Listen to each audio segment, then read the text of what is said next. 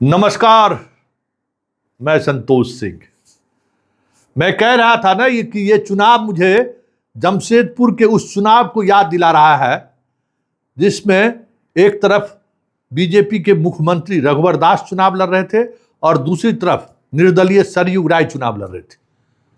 ठीक उसी तरीके का समा यहां हमें देखने को मिला। जनता लड़ रही थी। प्रशांत किशोर तो एक मुखौटा था, जनता लड़ रही थी कि कुत्ता बिल्ली किसी को भी टिकट दे देंगे, जीत कर आ जाएगा। तो ये जनता का जनमत है और ये जनमत हमें लगता है कि बीजेपी के सबसे सेफेस्ट सीट पर सबसे बड़ी हार की तरफ बढ़ रहा है। 11,000 से अधिक वोट से उस इलाके में बीजेपी पिछड़ गई है जो इलाका बीजेपी का सबसे बड़ा गढ़ माना जाता था। लाला जी जिस इलाके पर अपने आप को कहते थे कि ये मेरा इलाका है, 55,000 लाला का ये इलाका है, उस इलाके में 11,000 से अधिक वोट से पी के आगे बढ़ रहा है।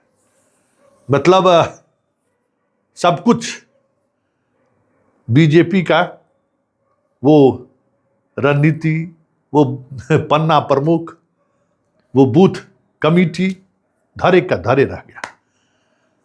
हालात ये है कि सिर्फ एएन कॉलेज से ही पार्टी के कार्यकर्ता लोग नहीं निकल गए हैं। बीजेपी का जो मुख्य दफ्तर है पटना का, उस दफ्तर में भी ताला लटक रहा है, कोई दिखाई नहीं दे रहा है। देख लीजिए ना विजुअल आप, कोई दिखाई नहीं दे रहा है। बात दिखाई देने का नहीं है, बात यह है कि अगर बीजेपी यहां चुनाव हारती है, जिसकी संभावना बढ़ चुकी है, तो बिहार और देश की राजनीति को एक अलग संदेश बिहार से जाएगा। वो संदेश जिस जैन जी को ये लोग टारगेट पर टारगेट ले रहे थे, वो जैन जी इनको अपनी हैसियत जता दिया। वो जैन जी सारे नियम कानून पार्टी जो भी कहिए, बाप माँ से इतर जाकर भी बगावत करके भी बीजेपी के खिलाफ वोट किया। यह जैन जी का संदेश है। जैन जी ने संदेश दे दिया और बिहार जब कभी भी संदेश देता है तो वक्त दो लगे, उसी संदेश को पूरा देश आगे लेकर चल बढ़ता है। तो प्रशांत किशोर जिस तरीके की बढ़त बना चुके हैं, वो बढ़त शाह और मोदी को चुनौती है। वो बढ़त शाह और मोदी के उस पॉलिटिक्स को चुनौती है जिस पॉलिटिक्स के सहारे वो कुछ भी करने को जिद ठान बैठते हैं।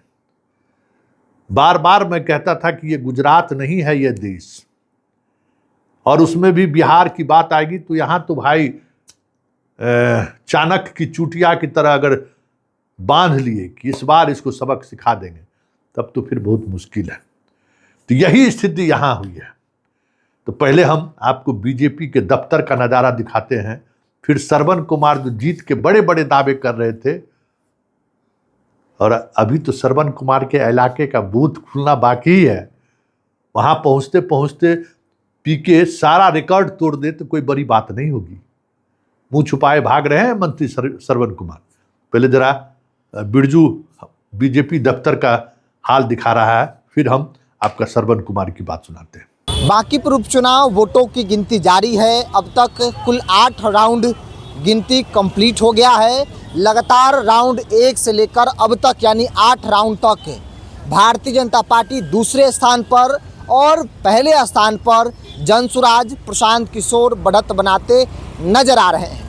बांकीपुर जो बीजेपी के लिए गढ़ माना जाता है, बांकीपुर जो बीजेपी के लिए सेफ माना जाता है, बांकीपुर जो बीजेपी के नितिन नवीन जो अध्यक्ष है उनका सीट है, नरेंद्र मोदी के बॉस का सीट है, उस सीट पर भारतीय जनता पार्टी लगातार सुबह से जो है वो पीछे चल रही है। जनसुराज आगे चल रही है और जनसुराज का लगातार दावा भी था कि वो जीत रहे हैं। हालांकि उन दावों को लेकर भारतीय जनता पार्टी के लोग तरह तरह की बात कर रहे थे, लेकिन जनसुराज इस तरीके से उनका ये परफॉर्मेंस रहेगा ये किसी ने सोचा नहीं था। क्लोज फाइट ये चुनाव के दिन पता चल जाता है कि बहुत क्लोज फाइट है जनसुराज और बीजेपी के बीच, लेकिन जनसुराज लगातार बढ़त बनाएगी ये बात शायद किसी ने सोचा नहीं था। और देखिए बीजेपी दफ्तर का नज़ारा है, बीजेपी दफ्तर पर सन्नाटा है, हालांकि सुरक्षा के इंतजाम ज़रूर कर दिए गए हैं। एक बार हम 8वें राउंड का जिक्र कर ले। 8वें राउंड में जेएसपी जनसुराज प्रशांत किशोर को वोट मिले 2137 और बीजेपी को 8वें राउंड में वोट मिले 1392। अभी भी प्रशांत किशोर जो है वो 4751 वोटों से भारतीय जनता पार्टी से आगे चल रहे हैं। मतलब 4700 से अधिक वोट से प्रशांत किशोर बांकीपुर में आगे चल रहे हैं। हालांकि जिस इलाके में अभी काउंटिंग हो रही है वो बीजेपी का ही इलाका रहा है, एन कॉलेज बोर्डिंग रोड का इलाका, ये बीजेपी का ही इलाका है। और इस इलाके में जनसुराज 4700 वोटों से इस वक्त आगे चल रही है। और बीजेपी दफ्तर का नज़ारा आप देख रहे हैं कि सन्नाटा जो है पसरा है। बड़ी बात यह है कि बिहार के मुख्य विपक्षी दल आरजेडी इस पूरे लड़ाई में कहीं नज़र नहीं आ रही है।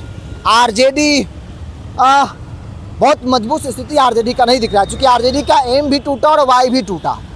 यादव भी बीजेपी और जनसुराज को वोट किया और मुस्लिम में एक बड़ा आबादी प्रशांत किशोर के साथ चला। एक बार फिर से मैं आपको अपडेट कर दे, 8वें राउंड की गिनती समाप्त हो गई है और प्रशांत किशोर बीजेपी से 4751 वोट से इस वक्त आगे चल रहे हैं। प्रशांत आगे चल रहे हैं, प्रशांत लीड कर रहे हैं, प्रशांत नंबर 1 पर चल रहे हैं। ये भारतीय जनता पार्टी के नेताओं ने सोचा नहीं होगा। हालांकि कई नेता कह रहे थे कि हाँ क्लोज फाइट है लेकिन जीतेंगे हम।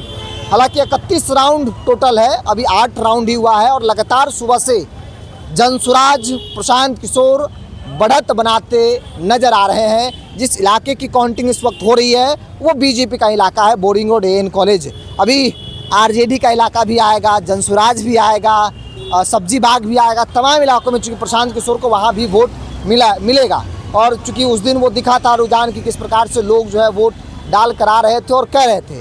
तो कुल मिलाकर बीजेपी के गढ़ में जो बीजेपी के लिए सेफ सीट माना जाता था, बीजेपी के नेताओं के अंदर एक धारणा थी कि भाई यहाँ किसी को टिकट दे देंगे वो जीत जाएगा, उस सीट पर प्रशांत किशोर इतनी बड़ी चुनौती बनेंगे, प्रशांत किशोर लगातार आगे बढ़त बनाए रहेंगे, ये भाजपा नेताओं ने कभी सोचा नहीं होगा। इसीलिए कहा जाता है कि गढ़ कुछ नहीं होता है, जनता का गढ़ होता है, पार्टी का गढ़ नहीं होता है। बीजेपी की प्रतिष्ठा पूरी तरीके से दांव पर लगी है।